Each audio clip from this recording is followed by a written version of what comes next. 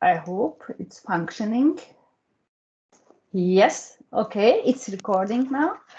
So maybe just a short sentence. So dear audience, in the name of the Faculty of Architecture and Design, I want to welcome you to our first ArchiDesign talk of this term and to our first Timber Talk. Thank you making the opening, Tom Westwood. So our faculty member, Demet Sürücü, forest industry specialist shortly and founder of CUDEP, will be moderating today. And our first guest is Tom Westwood from Waugh Thistleton Architects, well known for great projects with engineered timber. And Demet Hanım, the word is yours. Thank you. Thank you, Alif. Good evening to all audience and academicians, and you are all welcome. I'm also so happy today because we are starting a new online seminar series and the ArchiDesign Timber Talks. And today it's my honor to announce our first speaker is Tom Westwood, is my dear friend from UK. Now I would like to say a few words about Tom. Tom is a senior associate at Waugh Thistleton Architects and has been with the practice since 2010. In that time, Tom has helped the practice grow in size and ambition, being shortlisted for the Stirling Prize in 2018, and now working on master plans and towers alongside housing and commercial projects. A mission to minimize embodied carbon in construction remains central to the practice work, particularly through the use of timber structures, and Tom has helped advance this agenda through case projects such as Vitsoe's new headquarters in Leamington Spa and Vastint's redevelopment of Sugar House Island in East London. We need to remember Waugh Thistleton Architects, what they done in UK and Europe with engineered timbers and the effect of building in the timber building industry around the world. Waugh Thistleton Architects have been building with engineered timber for 20 years, I think 20 years. They have an architect practice who built mostly in timber. And they built their first mass timber building in 2003. And then 2008, they built Stadthaus Murray Grove in London. That really was the first building of the type. So it's high-rise mass timber building in the world. And I remember the time, and that was a starting point of using natural, old material, and in a new way. For me, it's very important and impressive.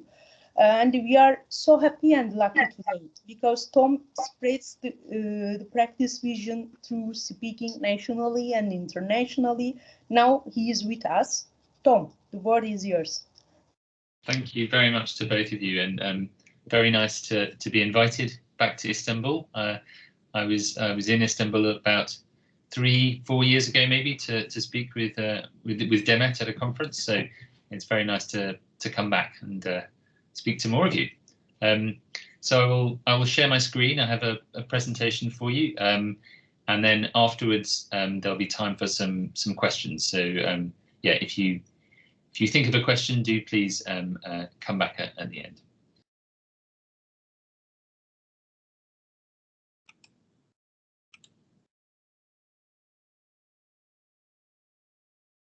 Okay, so the talk will focus on this headline: how do timber buildings address the climate crisis?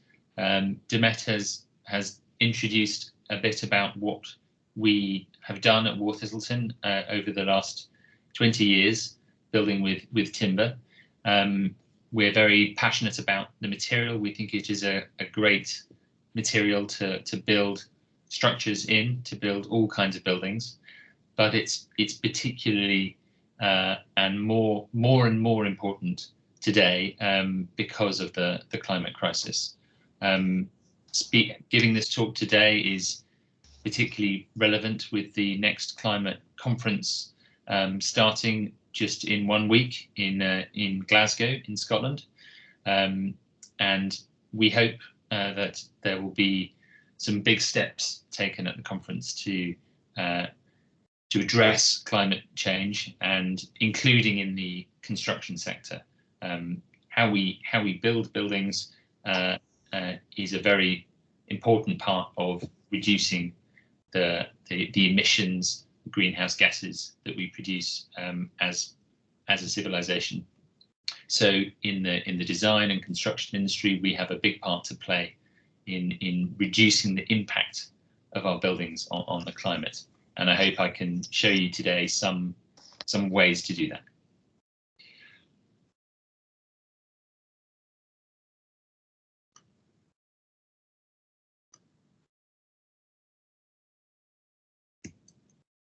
One second, I'm just having a problem going to the next slide. 1 second. Pardon me. Okay, so I will start with this slide. This is a phrase that is quite often used particularly in the UK, but I think also around the world, to talk about reducing our consumption as a species. But this is usually talked about in terms of how we all behave, maybe in our homes. Can we buy less things? Can we use second-hand items? Can we recycle more? But I think what I would like to suggest is we should also think about these phrases in terms of building. So can we reduce the number of buildings we build?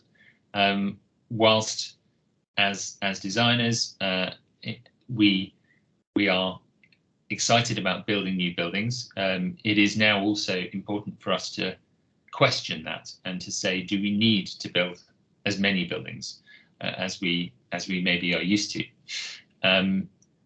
Part of that is, can we reuse buildings? So can we take existing buildings, convert them, change them, extend them as an alternative to destroying those buildings, because that uses more energy and more carbon. And can we recycle? So can we think of buildings and design buildings as a set of pieces of building that are joined together to make a building, instead of thinking of a building as a permanent structure? Can we think of it as a kit that is joined together and could then be taken apart again and maybe moved somewhere else or used for different purposes? So changing our thinking from a permanent building to always trying to reuse material. So this is the most important slide, I think, to set the agenda for today. What this tries to show is that when you first build a building, all of the energy, 100% of the energy going into that building is in the energy you use to build that building. So the energy used to make the materials, to transport the materials, to join the materials together into the building. Through time, as the building gets older, you will start to use energy to operate the building. So to supply heating, lighting, cooling, as we are all used to. And this, therefore, the percentage of energy that goes towards operating the building will grow, and the percentage used towards building the building will start to decrease. Today, because the legislation in recent years has encouraged us to make buildings more energy efficient to use, so that we use less energy to heat them, to cool them, to light those buildings, that has meant that the energy used to make the building has become actually more important now, because these buildings will use less energy over time. The bigger proportion of energy they use is to build them. So this is really the most important message for today, and is the reason why we are so passionate about reducing the amount of energy that actually makes the building in the first place. And this is now an issue that really needs to be focused on instead of just focusing on the operating the building. So why timber? Why do we use timber? Well, it is in some ways almost a magical material. It grows from seeds. It takes water and sunlight to grow, things which we get for free.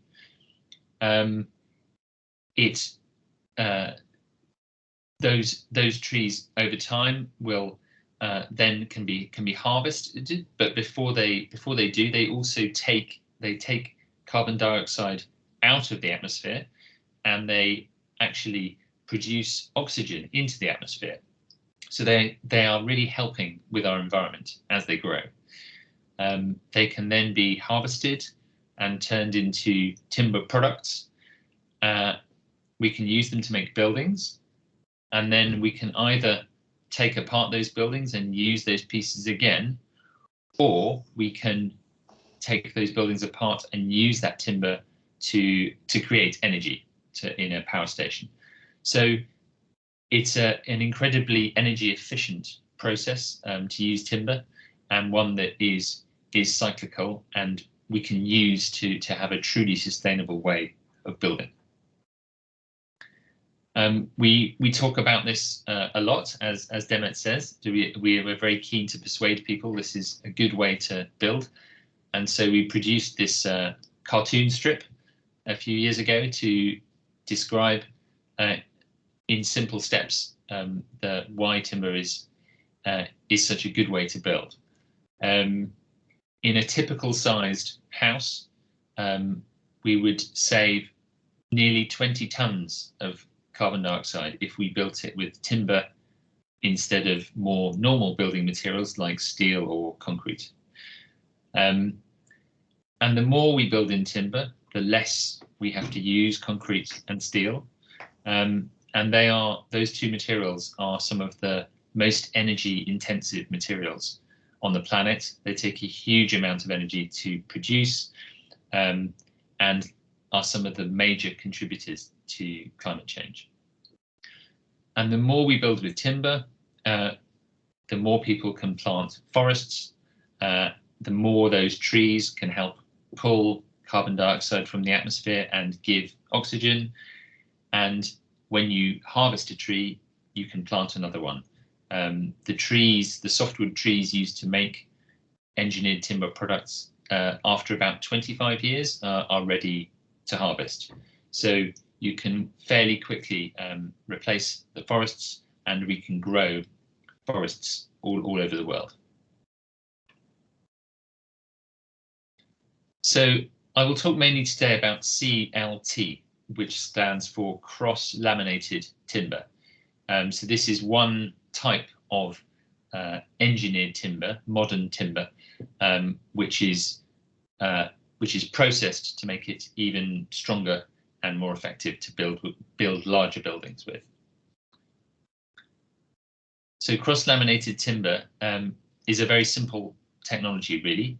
It uses planks of timber, a very normal size that you would use for a floorboard or making a piece of furniture, and it stacks them together, glues them to another layer which runs in the opposite direction. So you build up a thicker panel made up of many planks of wood, and this creates a thicker, stronger panel that can span a larger distance, and can be cut if you need holes or doors or windows in it. So it's a very effective, very powerful product, solid timber, and the process of making it is also quite energy efficient. The bark, the outside of the tree, is used generally to run the factories, so to create the energy for the factories. You lose a little bit of timber through the process, through cutting, through machining, but not very much. So it's a very efficient way of working with timber. Here are some pictures of a building under construction using cross-laminated timber. So you can see the panels are used to make walls, to make floors, to make both the internal walls and the external walls of the building, and also used for roofs, for staircases, for lift shafts. So they can be used for many elements of the building. And they are very simple to assemble and to join together. You can see these metal brackets that are used to screw the panels together. And you can see some holes cut to run pipes and cables in the building. And also how easy it is to fix into the timber, because it is simply wood, so you can use very simple screwdrivers, tools, screws, bolts, nails to join the materials. So it's very, very easy for the builders. Compared to concrete, which is probably its main competitor, there are many benefits to using timber. We are, as I've said, very, very passionate about the sustainability story, but there are many other reasons why it's also a very good idea. It is much quicker to build with, because you are prefabricating a lot of the timber in a factory. So you are cutting it to the right size, you're cutting openings. So then building the building on the building site is quicker. You need far fewer deliveries to a site compared to a concrete building, because again, you are only bringing, it's a much lighter material, so you're only bringing what you need. It's 80% of the weight of concrete by volume. So in a building, there will obviously be other materials for the cladding, the foundations, etc. But for the structure, you can reduce the weight of that structure by 80%, which is very significant. It needs also fewer builders to build the building, so the building site can be quieter, less congested. It is much more accurate than building with concrete. When you build with concrete, 10 millimeters is usually the typical accuracy, but with timber this can be just 2 millimeters. And there are also far fewer components or elements in the building. If you build with concrete, you then, to make walls and stairs, you need extra pieces. You need maybe metal frames, but with timber you can build all of these elements with cross-laminated timber. So you get much more of the building with one material. Sorry. So I will now show a few of the projects that we have worked on at Waugh Thistleton, and I will start with Murray Grove that Demet mentioned in the introduction. This was the first large building that we designed with cross-laminated timber. We had done some smaller projects before, but they had encouraged us that a larger building would be possible. In this building, we tried to use as much timber as possible for all the elements. So all of the elements on this plan that are in the red represent timber walls. So the external walls, the internal walls, the staircase, the lift, and all of these internal walls. And by doing this, the more walls there were, the thinner the floors could be, because they had more support. So this was our approach for this building, to make as many walls as possible in timber. There are other approaches, but this was our first experiment on a large building. Some photographs here of the building under construction, and you can see all of the elements coming in timber, the lift shaft, the stair, the walls, and how quick it is. This apartment building has 29 homes, and it was completed in less than 1 year. So this is a very good speed for the UK building. And a photo of the completed building, and this is really to say that it can be a very normal building. Timber is a beautiful material, and it can look very, very special, and that is exciting on the right project. But also, we think timber should be used for everything. It should be used for all buildings. So it can be used for very normal buildings, for apartments, for offices, and it should be used every day. So the building does not have to be spectacular. It can use timber just as a normal building material. Then a few years after that, we built a larger apartment building. So this is also in London, and this has 120 homes. Again, you would not necessarily know it was a timber structure. It looks quite a normal building. It has bricks on the outside, metal balconies. It's fairly typical. But again, this is very important. The client for this building was a very typical developer, and the reason they really wanted to use the timber was because it was a lighter weight building. Underneath the site, there is an underground train line, and so this means the foundations were limited. We could only build a certain depth of foundation and a certain weight of building. So by using a timber structure, we were able to actually build more homes for the client, because we could build a higher building for the same weight as a concrete building. And this was the reason they were interested in using timber. So a few statistics here on the building. We were able to build 25% more homes in timber than we could have built in concrete. A concrete building would have taken 700 lorries to build, whereas we used 78% of the 78% fewer deliveries, so only about 20% of the deliveries. The building used over 2,000 trees in the timber, nearly 5,000 cubic meters of timber.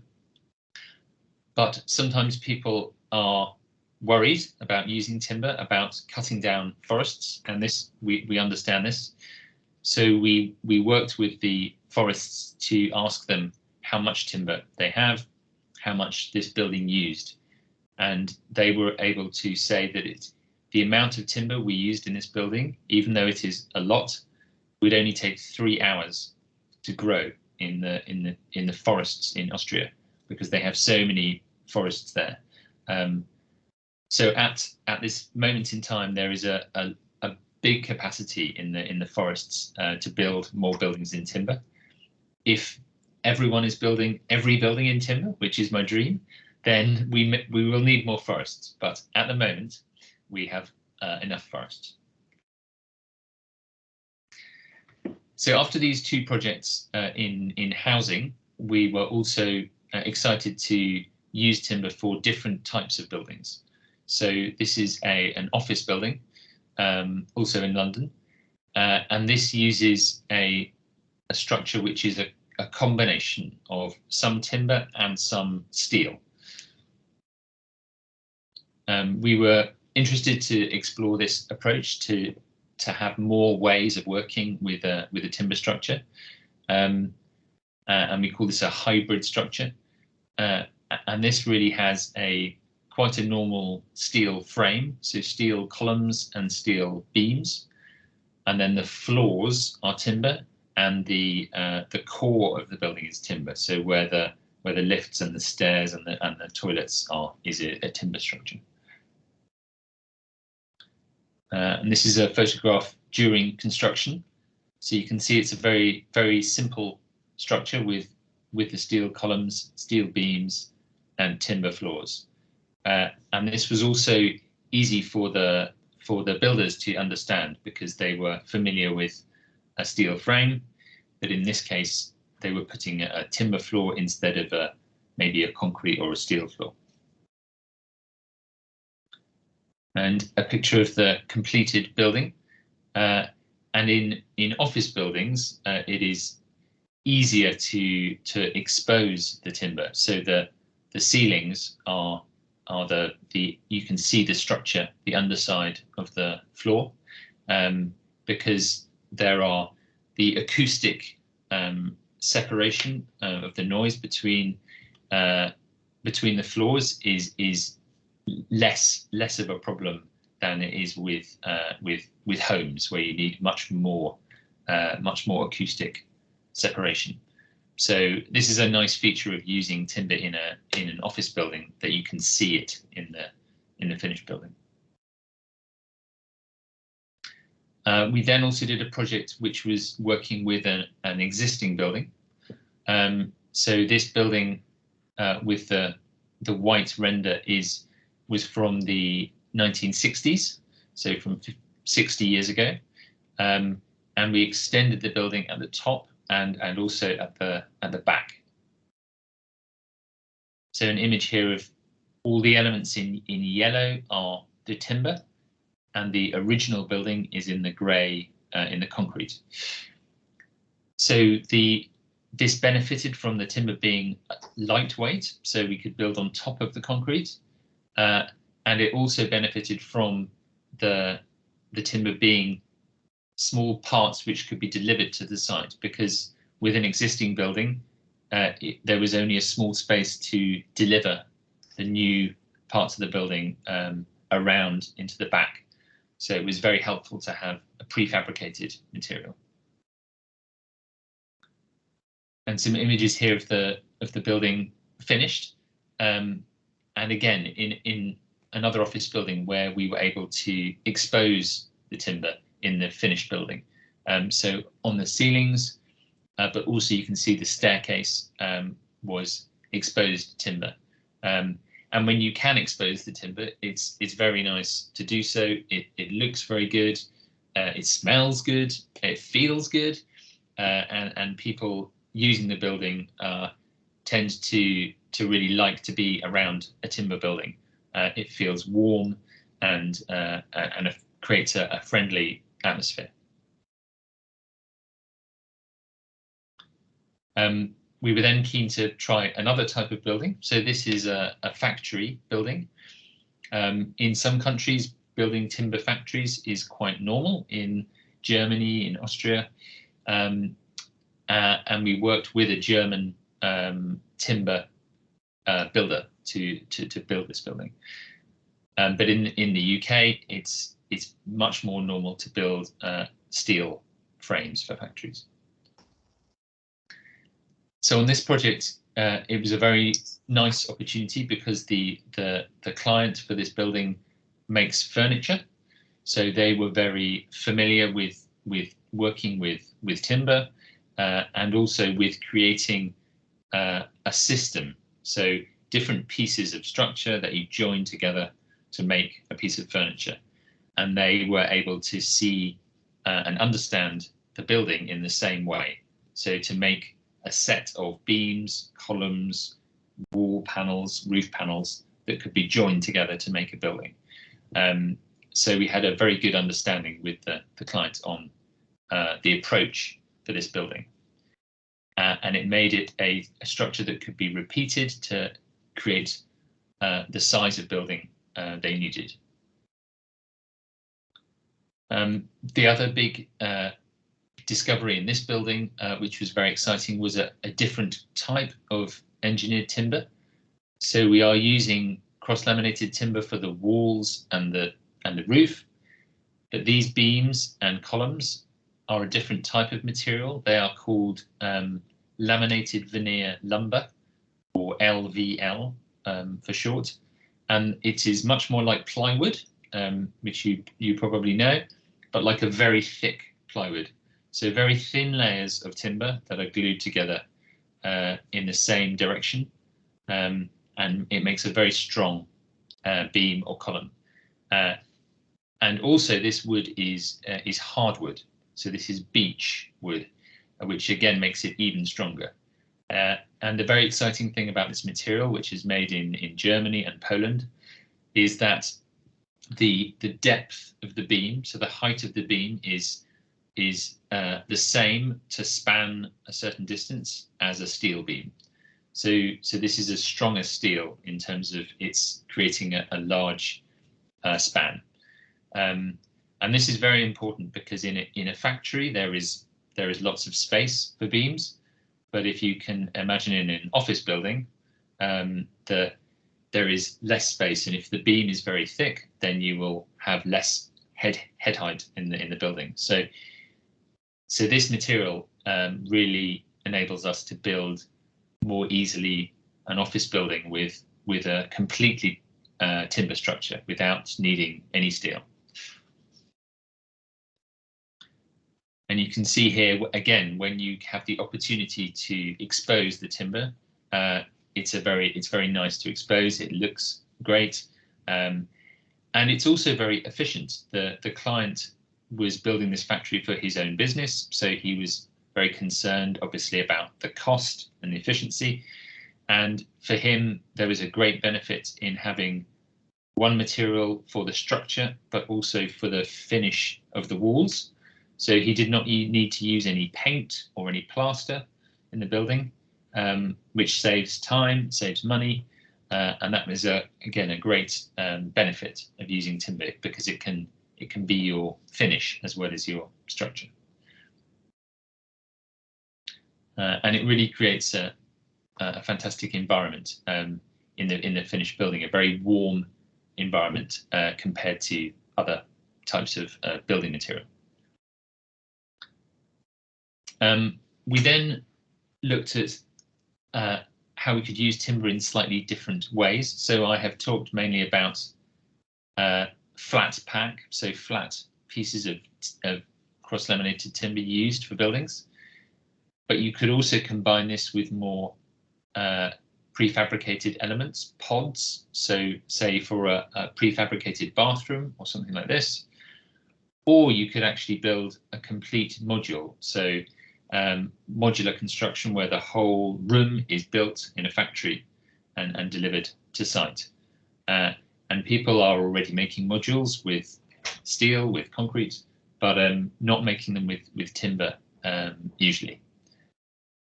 But we worked on a project with, again, for housing, with a housing association who build thousands of homes every year. So they were very excited to see if they could build the homes themselves instead of paying a builder to build them. They could see that it would save them money. And we worked with them to decide that building modular building homes out of cross-laminated timber would bring them lots of benefits. They could manufacture them easily. They were very strong to transport, and they were also stronger when they were being made. So they were easier to work with in the factory. And using these modules, we could build the homes they need. Most of the homes used either 2, 3, or even 4 modules to make the size of home they needed. And the size of the modules was more dictated by the size of the lorry to transport them. And whilst some of the modules are different, they have many similarities. So it is a very efficient process to build homes in this way. And they can simply then be craned into site and joined together at the corners.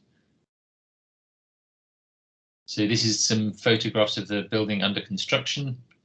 delivering the modules on lorry and craning them into place.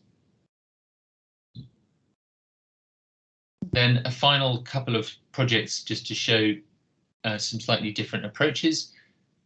We had an opportunity to build a pavilion building for a festival in London, and initially we were worried about this job because a pavilion is perhaps the least sustainable building type you can build. Usually they are just in place for some weeks or months, and then they get taken down and probably destroyed. So this was a concern for us. We were keen to try and make this as sustainable as possible. So of course we wanted to use timber, but also we wanted to make it possible to disassemble the pavilion and use the material again. The client was from America. They were the American Hardwood Association. I think one of their representatives is in fact speaking to you later in Demet's series. And so we of course were using their timber, hardwood from America. But this made us think we could make this into a special cross-laminated timber with hardwood, which would, we thought, be even stronger, even thinner, and really use this pavilion to explain the material to more of the general public, and to get people interested and talking about how this material could be used more widely. So we were able to bring the timber from America in timber planks, and then we found a business in Scotland that could make those planks into cross-laminated timber panels. This is not what they normally do, but for a relatively small project, they were able to do this. And then we found another builder in the UK who could assemble those panels into the modules. And the whole project was absolutely a kit. So instead of using screws and nails, which is more typical, everything uses bolts to join, which means you can then take it apart again and put it back on a lorry and move it somewhere else. So it is a flat pack system, like going to IKEA to buy a cupboard. And the exciting thing about the system is that you could use it again, and we were very excited to then be able to build the pavilion again in Milan at the Milan Design Festival in Italy, and also the opportunity to build it in a different shape because it is a kit, so we could design it differently for this festival. And then again, we got to take it to Madrid in Spain for another festival. So it's very pleasing to see that it is being more sustainable. It's having at least 3 lives now, and we're hopeful it will have more lives in the future. We'd love to take it to Turkey. And then the final project is just to say that, return to what I said at the beginning, we believe we can build everything out of timber, all types of building, and we can really stop using steel and concrete for structures. We had the opportunity to work on a project in Bergen in Norway, where the town is growing, but it's difficult to grow because of the sea and the mountains, so they need to find a new solution. In Bergen there is a large lake in the middle of the city, and the idea we worked on with the client was to build a new section of city in the lake, and building this in timber again enabled that to be lighter and more easy to construct than other materials, and less polluting.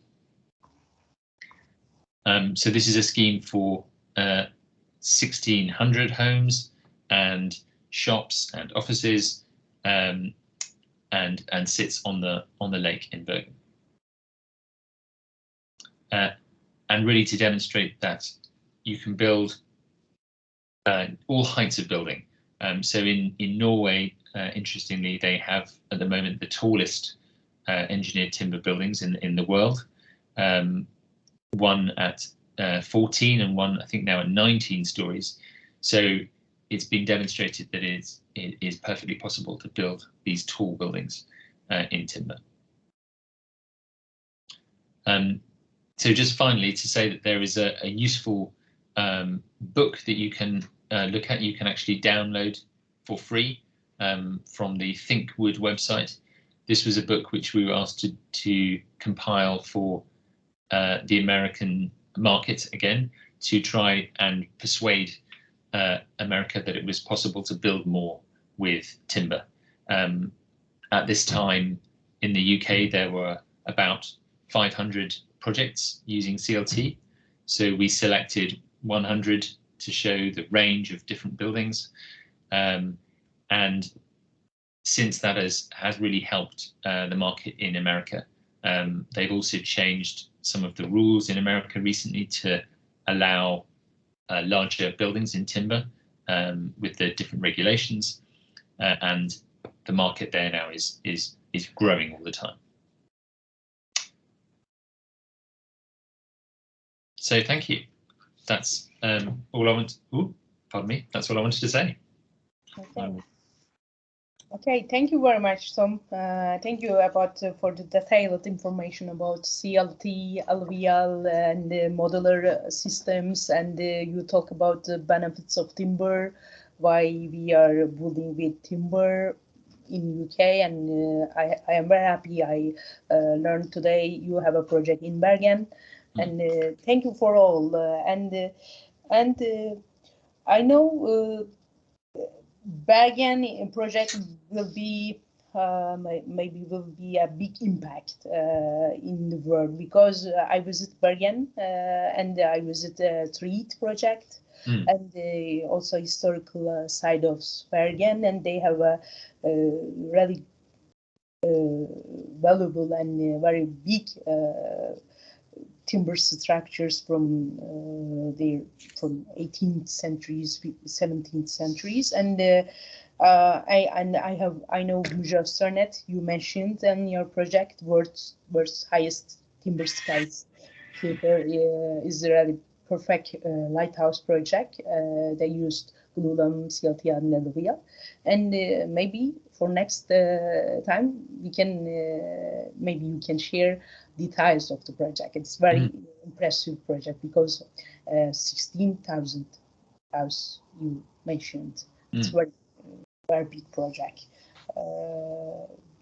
And thank you very much for all informations. Maybe our friends can ask any question. Maybe Alif can ask some questions. I don't know.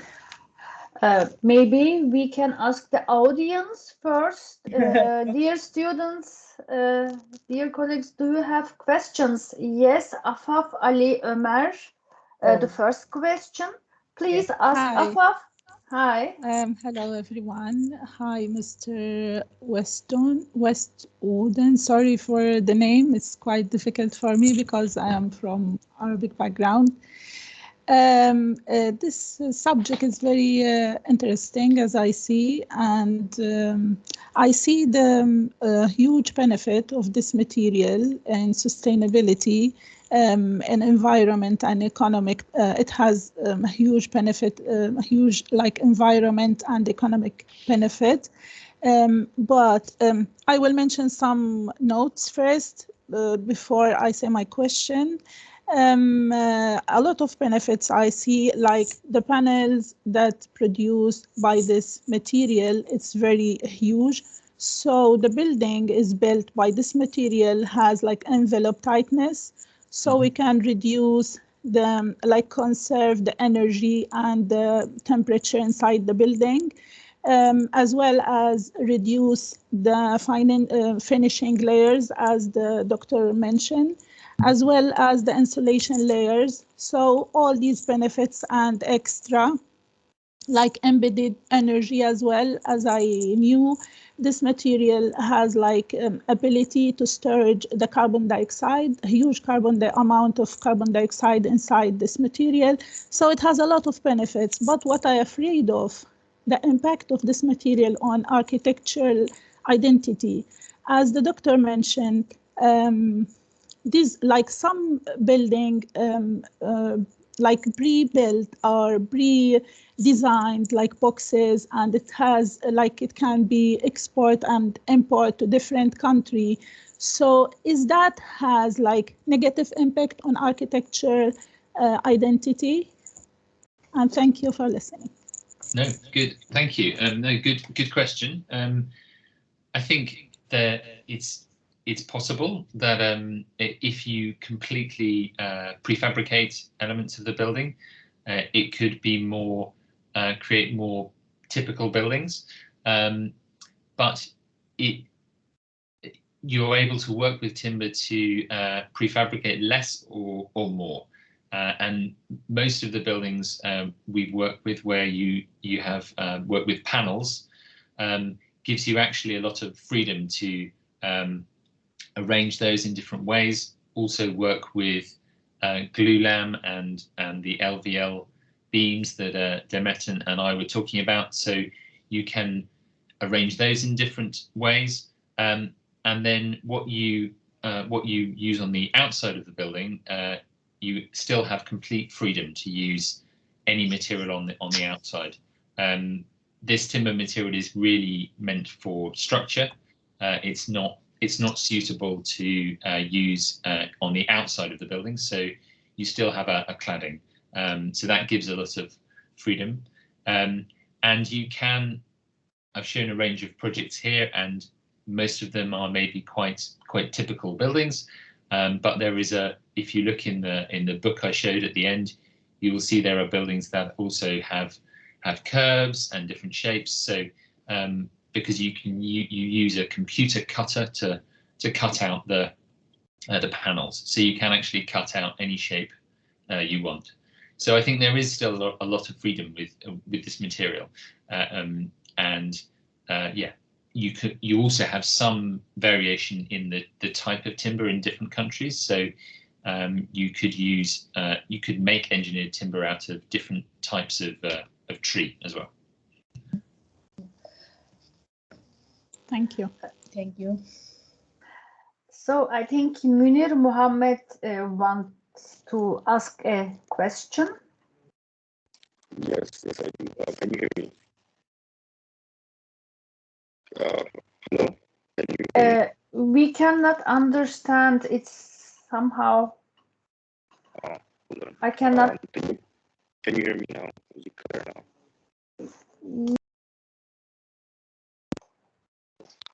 It's a bit broken. Yes, please try to ask your question. Maybe we can understand. If not, you can write your question, and then we can continue with Hanin. Can you hear me now? Is it clearer now? Yes. Okay. Great. Yeah, thank you. So based on the presentation, I could understand. I could understand that it's something you see going like a long span. So I'm curious about the sustainability of it. Since it's wood, like how sustainable is it going to be for like 50 years, 100 years, etc. And also regarding like seismic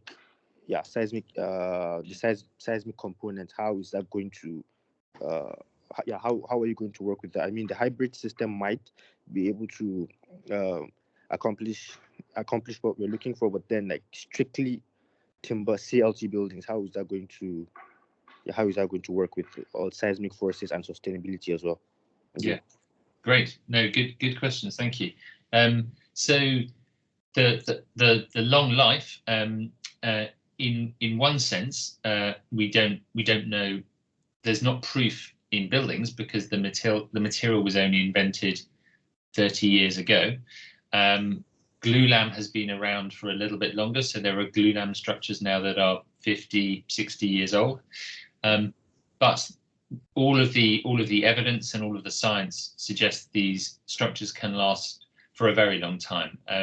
As I said, they should be protected this material is not designed to be exposed to the rain or to the moisture outside. It's designed to be inside the building, and that way it is protected from the elements.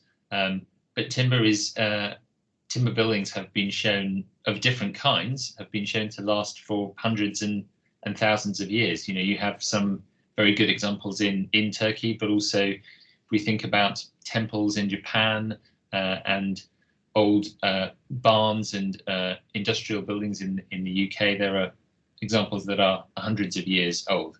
So there's every reason to suggest it would have a long life. In terms of seismic, actually timber buildings, timber structured buildings have shown themselves to be some of the very best at coping with seismic situations, better than steel, better than concrete, because they are flexible. So in an earthquake, they move, they flex, and instead of breaking. So concrete is actually very bad in seismic conditions because it cracks and it breaks. Steel can flex a bit, but it's not as flexible as timber. So actually in Japan, in Italy, in other countries where they have seismic events, they have been using cross-laminated timber as a good solution. All right, thank you very much. I see here Hanin Ismail as first, and then Ehab Tevfik as the second student. Raised hands. Hanin. Hi, Mr. Tom. Thank you so much for the information you gave us. It's really interesting. I have a few questions. I've been working in something similar, like I worked in prefabric houses. So it's a bit similar, not concrete and stuff like this. And as you say, the cost is really less. Because of the cost is less, many people can buy and have houses and stuff like that. And it's really fast to be like in 1 month, you can have your house ready. But the question that I faced when I was working there is from, for example, Arabic people, like the weather there in Middle East, it's really hot in summer and it's really cold in winter. So how can we fix this problem first thing? And the second thing, in some places like Iraq, Palestine, Lebanon, and other countries, we have electric issues. So when the electricity is gone, so we need another solution, like not air conditions, something else to provide that problem. And the second thing is the function of this building have to be for residential, right? For example, we can't make a museum, and we can make, for example, something bigger, I think, because it's not strong enough. And my third question, if you let me to ask that, for example, if we have like a simple building, in temple, we can't do it because, for example, in Egypt, what we have in Egypt, the historical buildings in Iraq, in Babel and stuff, and Ottoman Empire, Italian, and all this stuff is made from stone. That's why we have it till now. But in wood and temple, we won't have such thing in a few years, like in upcoming years, like 1,000 years later, we can't find this temple in real life. So we will lose our history. That's what I'm trying to do. Thank you so much. Good questions. So so the first one about the insulation, the cold and the hot. So timber is actually better than concrete or stone because it changes temperature less. If you think about a stone or a concrete surface, it gets cold in the winter and it gets very hot in the sun. Timber changes temperature less and actually provides some insulation as well. So in terms of the climate, it's a better material to build in than stone or concrete. In terms of the structure and the size of structure you can build, you can build any size in timber. It does get more challenging, but as you can see from the factory project I showed, that had a span of 15 meters between the columns, and the beams in that building were actually 25 meters long. So there is really no limit to the size of building. The structure does get large, but there's no reason why you can't build a larger structure. Other people have used this material to build concert buildings, sports buildings with much larger areas. So it's certainly possible. And then finally, on the historical point, there's no reason to knock down or destroy any building. The most sustainable thing to do is to keep every building we have. We would only propose to use timber if you're building a new building, and every new building should be built in timber, so that we are not using more new concrete, new steel, which is very polluting and uses a lot of energy. But existing buildings absolutely should stay. But also, if you needed to build, say, a new temple or a new building where it needed to have stone, say on the outside, you could still use timber on the inside. So again, I think there are options to use it in different situations.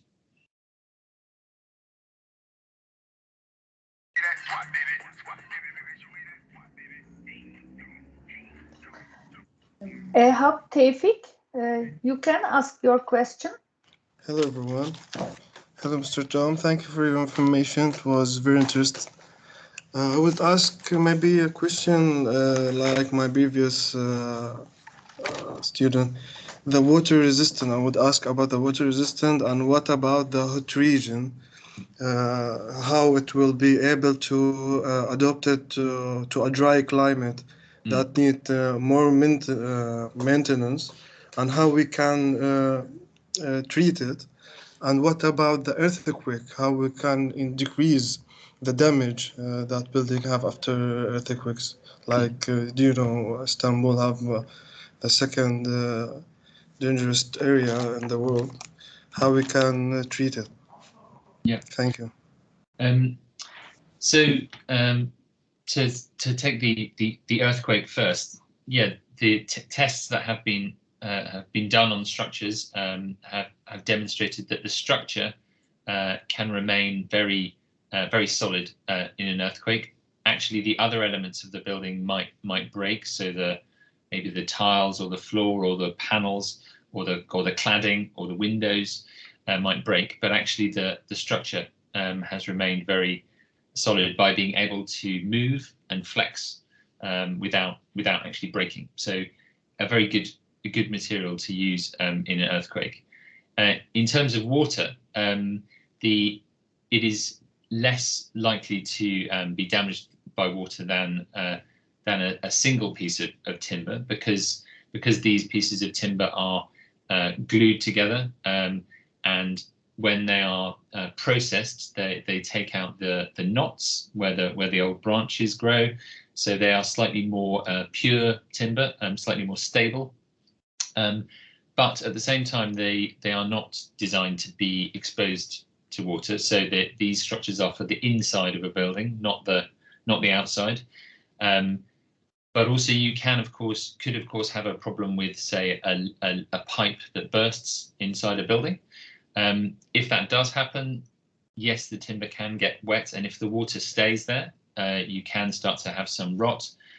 But at the same time, it behaves much like any other timber. So you can cut out, if you discover the problem, you can cut out the rotten timber and you can fix some new timber. So yes, it can get damaged by water, but you can repair it very easily. Seyda Hocam is one of our part-time instructors. Hello, Mr. Westwood. Thank you for your presentation. Thank you very much. I have two questions. Do you have a fear, at least, that timber could become just another industrial element, where it becomes a little bit monoculturous building way of building? And my second question, what are your suggestions or predictions for the future, at least? And nowadays we can adopt everything very fast, and once something becomes fashion or a fetish, let's say, it can overwhelm the process maybe. And then do you see any possibility of wood also becoming like a wood mafia, like as it is in steel mafia kind of, or concrete mafia? That wood, does it have any possibility, something like that? Because it's a very noble approach, but do you see any dangers in that? Thank you. No, good question. In terms of how it could become very generic, I think there are you can use it for many different ways. Perhaps what I've shown is obviously the buildings of one architectural practice, so maybe there is there's not such a wide display of how it can be used. But as I mentioned, the book that we helped compile shows more uses of different styles of architecture. Also, you do not need to show the timber. So as I was saying at the beginning, we very strongly believe that timber can be used for the structure, but you can still you can hide it. You could plaster it. You could put stones or bricks or metal or any other material over it. So we would like to see it as a structure, just like concrete, just like steel.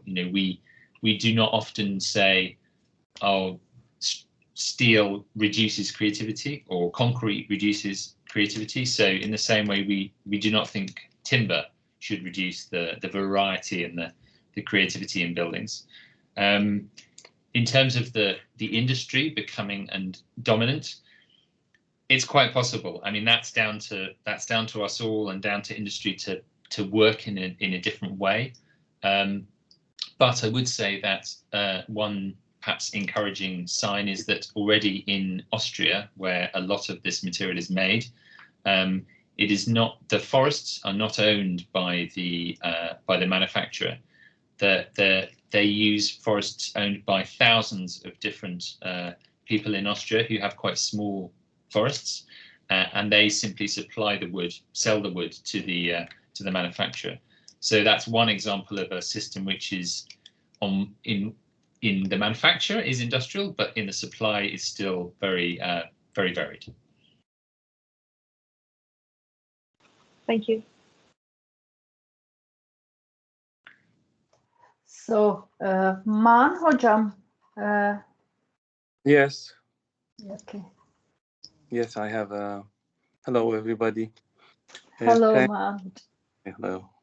Thanks for Mr. Westwood for his presentation. It gives me personally a valuable information about the use of timber in architecture. I have one question, and although two questions, why not? The first one is, in your presentation, you showed us something about a timber addition to an existing building. So what is the compatibility between the old structural element and the structural element that concern the timber? This is my first question. The second one you have evoked in your presentation, and also the respondings to some questions about the flexibility, relating to or related to resistance to shocks or to. But what about if we combine the creativity with the flexibility? Is it creative or more creative, or is it creative? I have this question personally. Mm-hmm. What is the creativity would be impacted by the use of timber in architecture? Mm-hmm. Because for me, it's not flexible enough than the steel and so what would be? I'm thinking what would be the future style of architecture if the timber dominated the architectural scene. Yeah. Thank you. Good questions. I would say in terms of the creativity, Yes, I have shown really projects from one practice from our practice, and we mainly build housing, apartments, and offices. So we do not have clients for concert halls and schools and hospitals and art galleries. So I've not shown that today, but there is a great range of buildings out there using timber. Not always the cross-laminated timber, because this is a flat panel, so that has certain restrictions. But using glulam and other types of engineered timber, which you can make beams and columns, and you can make curved beams and columns as well. So yeah, if you look more widely, you will see some amazing examples of timber architecture in all different styles, all different shapes. So yeah, I really think there is no limit on the creativity. On the movement and the joining to other buildings, yes, you do need to think carefully if you're extending a building that's in concrete or steel, but extending it with timber. They will move a different amount. So you do need to be careful with the engineering and make sure there is room for them to move, and there is tolerance and perhaps some joints that allow different movement. But as you see from the example, we have done this, and other people have also done it. So it's perfectly possible, but yes, it does need careful engineering. Okay, thank you so much.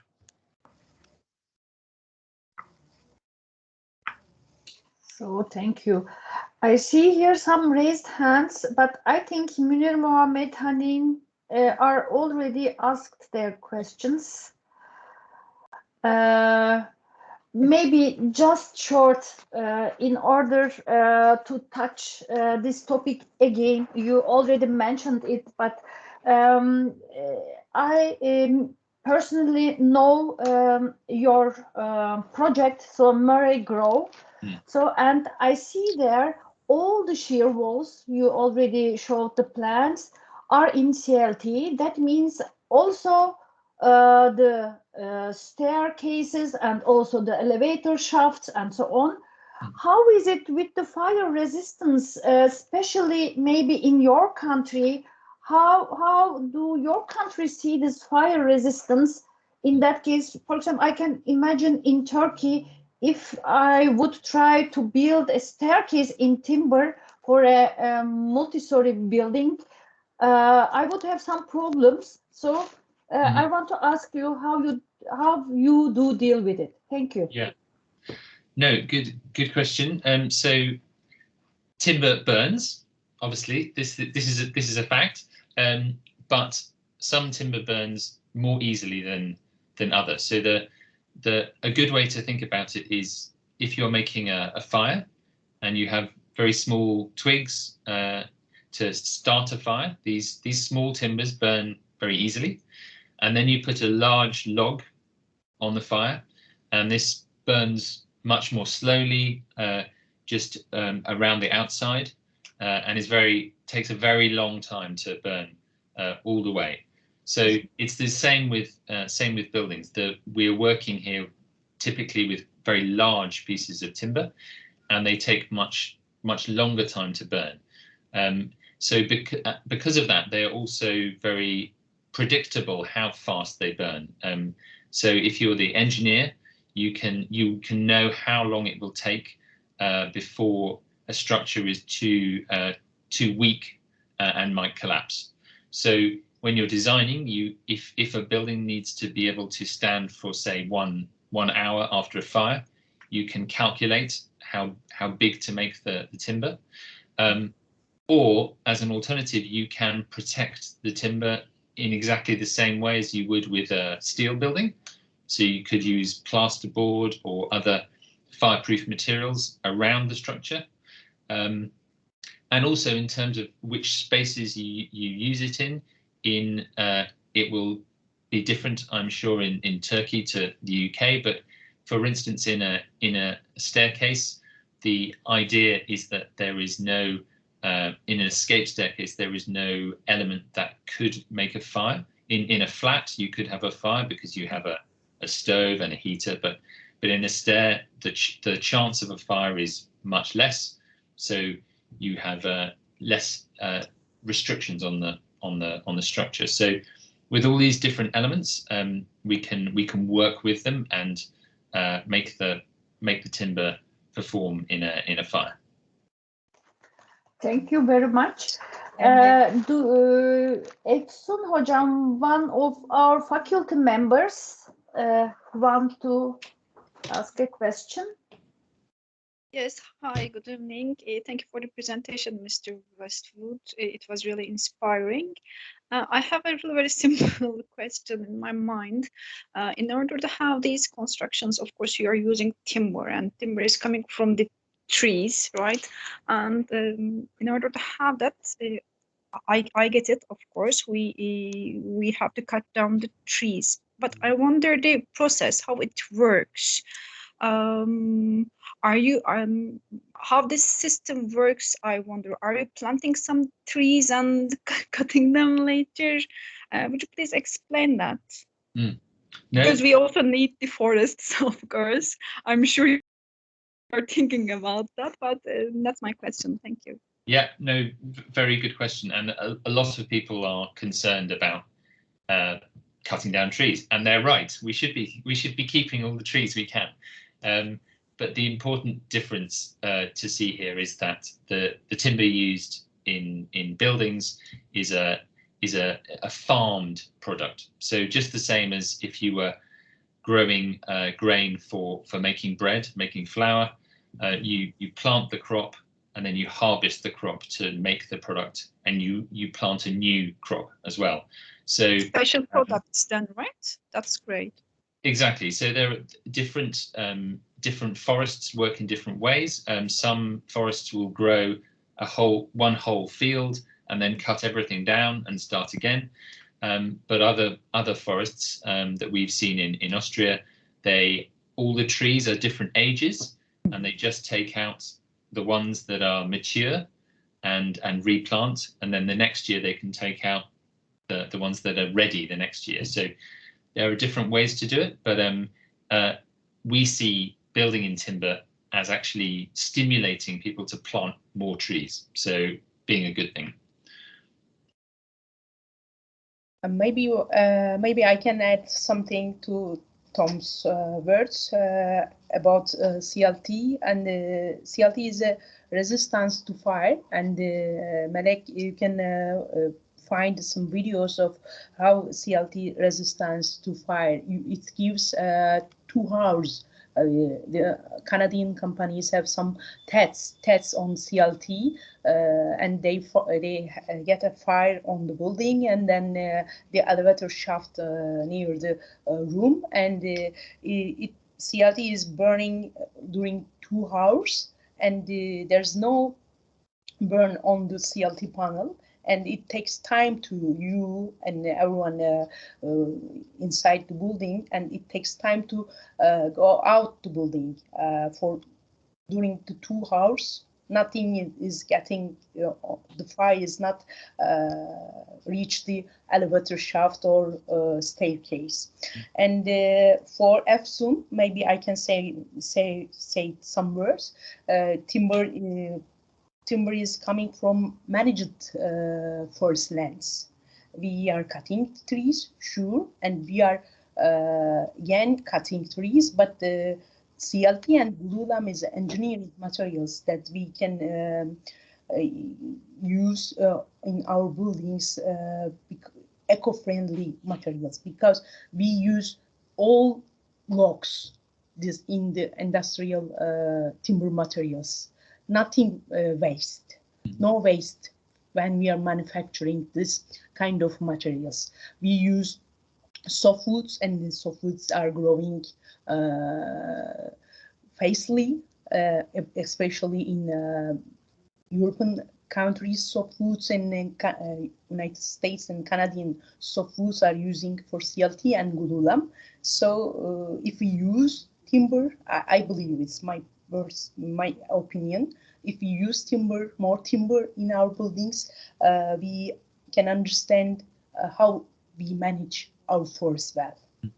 It's a simple way to understand managing the forest better than today, and it's a give an idea how we grow new forest lands. Because if you look the countries who are erecting timber buildings around the world, United States, Canada, Europe and Australia, or United Kingdom, they have the most covered forest lands in the world. They are greener than Turkey, right? Yes, they are greener. Thank you for the additional information. They are building with wood. And also, I want to share some good news about timber. Last night, I got a news from Amsterdam. Greater Amsterdam is a metropolitan region of Amsterdam, signed the public-private agreement, which includes major developers, contractors, architects, engineers, universities, and governments, to build 20% of all new housing in 2025 in timber or other bio-based material. I mean, it's a great step for timber revolution in Netherlands. And almost a year ago, we had news from Paris. I think the French government has passes a law requiring all new buildings to be built from at least 50% timber. The law affects public buildings implemented by President Macron's Climate Action Plan, as announced by the country's Minister for Towns and Housing, to be full effect by 2022. And the news from around the world, Paris and the Netherlands, give us an idea. Timber can be a future of timber, or timber can be a sustainable future building material for our future. And so our citizens have some questions. CLT, yes, we mainly talk about CLT today because Waugh Thistleton is focused on houses, mainly houses, yeah, not for stadium or museums, but our citizens can search on the internet and find many examples how glulam works when you are designing a stadium building or a museum building, and you can visit many famous architects also, like Renzo Piano's and the others. Examples we can share maybe later in our ArchiDesign Timber Talks session meetings. Yeah, absolutely. Yeah, please just see this as talk as something as a start to kind of encourage you to investigate further, because yeah, there are a lot more examples out there. So thank you, Demet. So if there are no more questions, we can come towards the end of our session. So maybe... Actually, Elif Hocam, I have a question. Please, Hocam. Excuse me, I didn't see that. Okay. No, I just raised my hand. Thank you very much, Mr. Westwood, and thank you, Demet, for inviting our dear guest. Actually, after what you said last with news from France and Holland, I wonder how they come to that point of accepting timber or CLT as a major, production material and technology. Like 20% is a big ratio, and in Turkey, it's all concrete. It's all about concrete. So I cannot even imagine such a law or perspective. So how does that happen, or how can they happen in a country that building industry shifts to such a point somehow? Yeah, I think it's really about priorities, and the climate emergency is I think the strongest driver for countries like France and cities like Amsterdam to push these new technologies and to make these decisions. But certainly there is enough evidence there that you can build a lot of buildings with timber, so that the technology works. And as I said, also there is good supply in the forests. So it is more about changing direction. And you're completely right that if we build in a certain way, it can seem very difficult to completely change this way of building. But all of the builders, all of the engineers that we've worked with, as soon as they try to build with timber, they like it and they will use it again. So it's really just about the industry changing direction. But there's no reason why not. And just before I started talking, Demet was saying in Turkey the forests are very suitable to making this kind of timber, and it's quite possible that in the near future you will be making these materials in Turkey as well. Yeah, I hope it will be our future reality soon. Thank you. Thank you, Göksun Hocam. So, okay, then, dear Mr. Westwood, it was a great presentation and a great talk. Thank you very much. We have a little tradition in our ArchiDesign talks in BAU. We are donating in our guests' names. So a donation has been made in your name to SAVE Foundation, helping underprivileged children for equality in education. Fantastic. Thank you again. Amazing. Thank you. Okay. So thank you very much for your time and joining us, and you share your knowledge with us. Thank you very much. Not at all. Well, I'm very glad you could all come, and I hope I've encouraged you to explore this technology more.